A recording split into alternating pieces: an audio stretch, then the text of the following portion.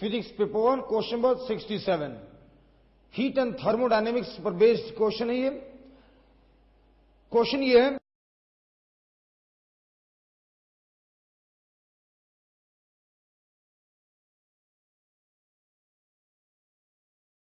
किसी 1 मोल गैस के लिए एक्सपेरिमेंट परफॉर्म किया गया और वॉल्यूम वर्सेस टेम्परेचर ग्राफ दिया हुआ है। वॉल्यूम वर्सेस टेम्परेचर ग्राफ इस तरह से दिया हुआ है।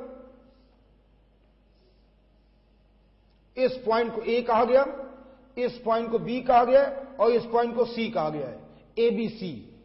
ए पर टेम्परेचर टी नॉट है और line A B temperature axis के परपेंडिकुलर है या वॉल्यूम एक्सिस के पैरेलल है, तो ए पर temperature T not.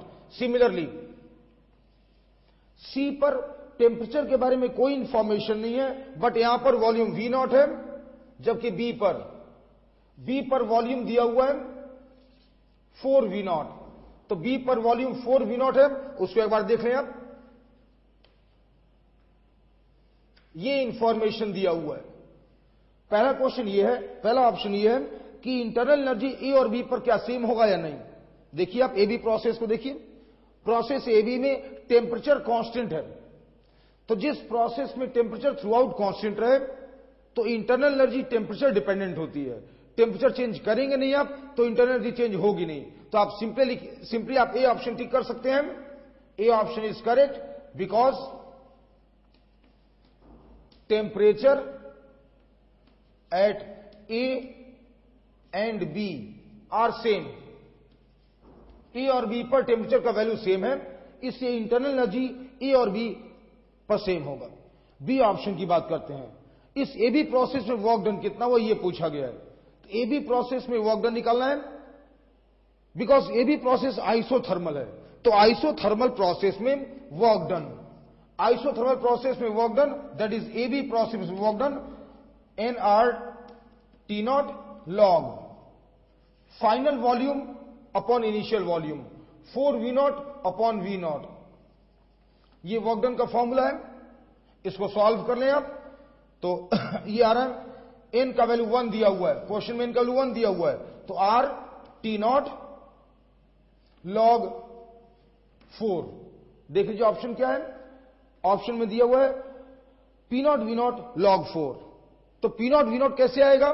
P naught V naught आएगा आइडियल गैस इक्वेशन से।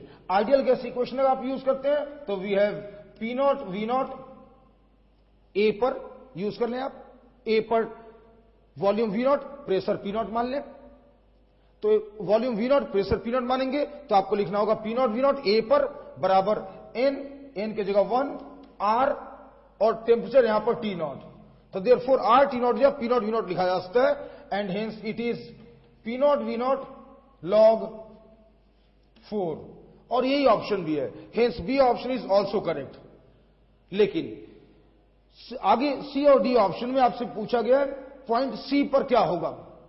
पॉइंट सी पर ये गिवन नहीं है कि जो लाइन बीसी है ओरिजिन से पास कर रही है नहीं कर रही है, इस बारे में कोई इंफॉर्मेशन नहीं दिया हुआ है, इसलिए इस लाइन का इक्वेशन नहीं निकाला जा सकता है।